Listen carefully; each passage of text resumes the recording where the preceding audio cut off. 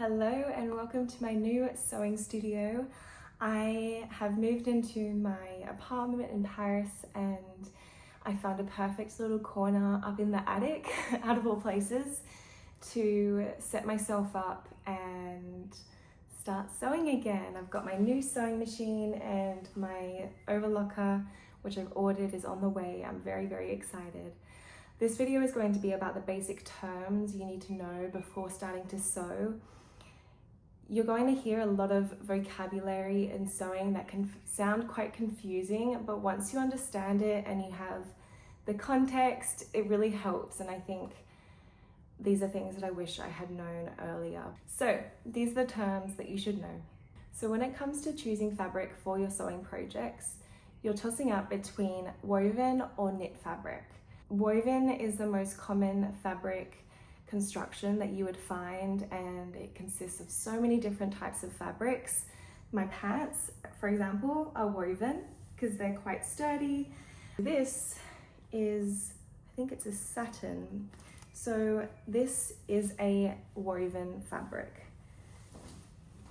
Essentially, you can tell a woven fabric by whether it stretches or not. It usually has quite a smooth texture.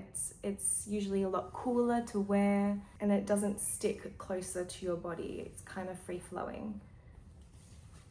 So that's a woven fabric. Knit fabrics, on the other hand, are fabrics that have been knitted with a knitting machine. Actually, okay, I'm in the attic of my flat share and my flatmate also works in fashion and she has a knitting machine. Super random, but that is how people make knitted fabric. So this top is knitted. I've also got this fabric that the fabric store sent me. So gorgeous, I loved this print. And this is knitted because see how it's stretched? You can actually look closer and stretch out the fabric and you can see the individual loops.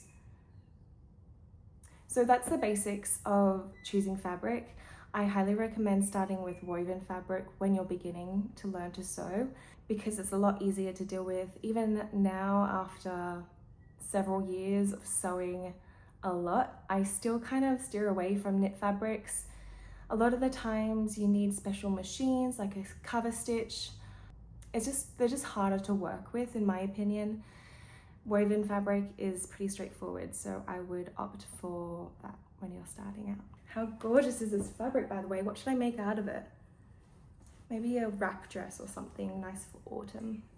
So the next thing you need to know is the difference between a sewing machine and an overlocker. This is a sewing machine.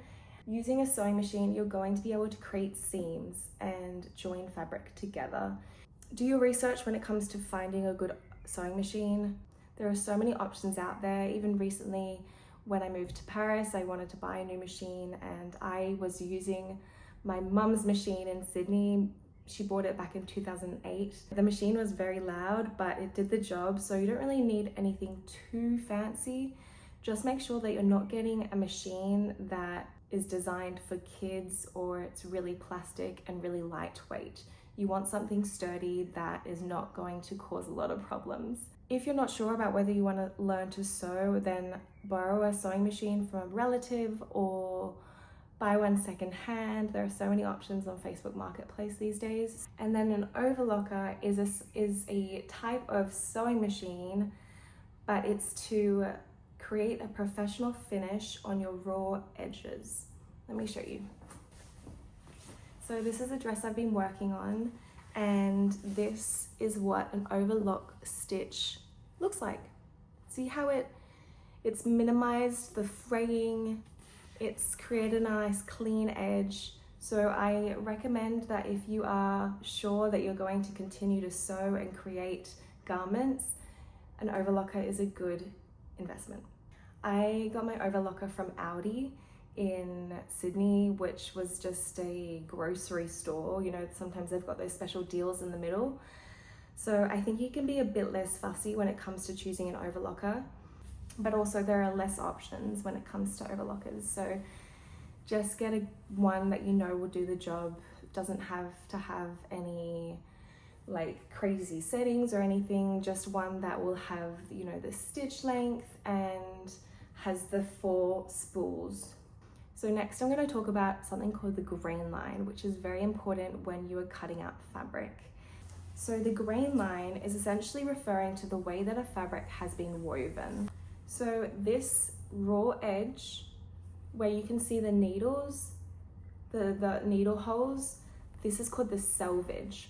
So when you are using a sewing pattern, each pattern piece is going to indicate where the grain line needs to be. This is a sleeve.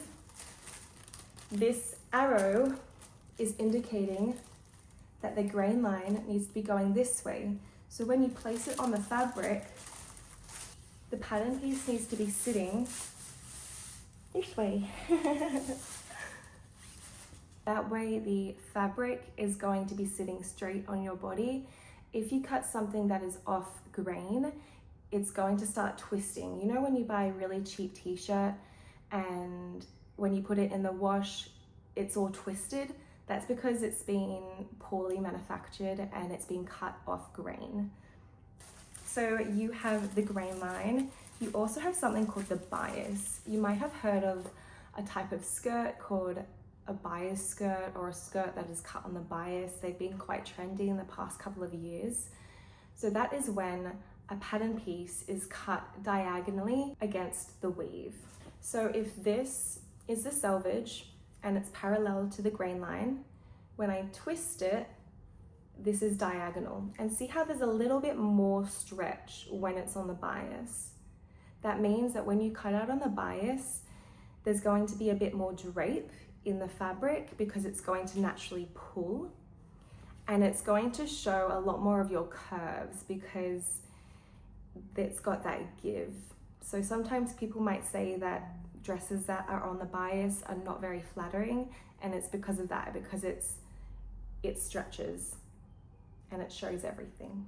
The grain line and the bias are really important to know when you are cutting out your fabric. The last thing that you should know is the difference between a straight and a zigzag stitch. Most garments are made with a straight stitch. That is the most basic form of sewing. Whereas garments that usually use a knitted fabric like swimwear or leggings, or you know, a knitted top, maybe even something like this, it might use a zigzag stitch. That's because it allows for more stretch. So I'll show you the difference on my sewing machine. This is a plain straight stitch.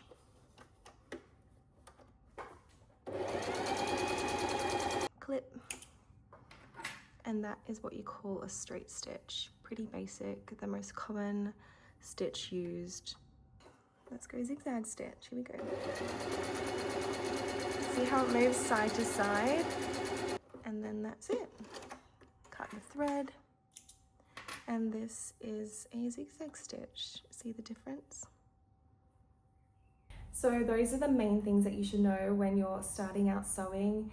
It's not complicated, it's just a matter of breaking it down and understanding knit and woven fabrics are the two main options you have when it comes to fabric shopping. A sewing machine and an overlocker are the two main machines that you need, but definitely a sewing machine when you're starting out. The grain line and the bias refer to the ways that the fabric is woven, and it's important to know where the grain line is and where the bias is when you are cutting out fabric. And finally, the straight and zigzag stitch are different types of sewing machine stitches.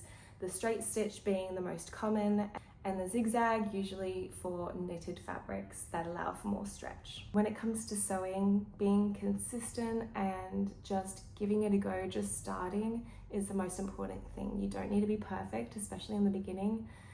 I highly recommend making mistakes because that is how you learn. So I hope this helps someone, and happy sewing. Bye.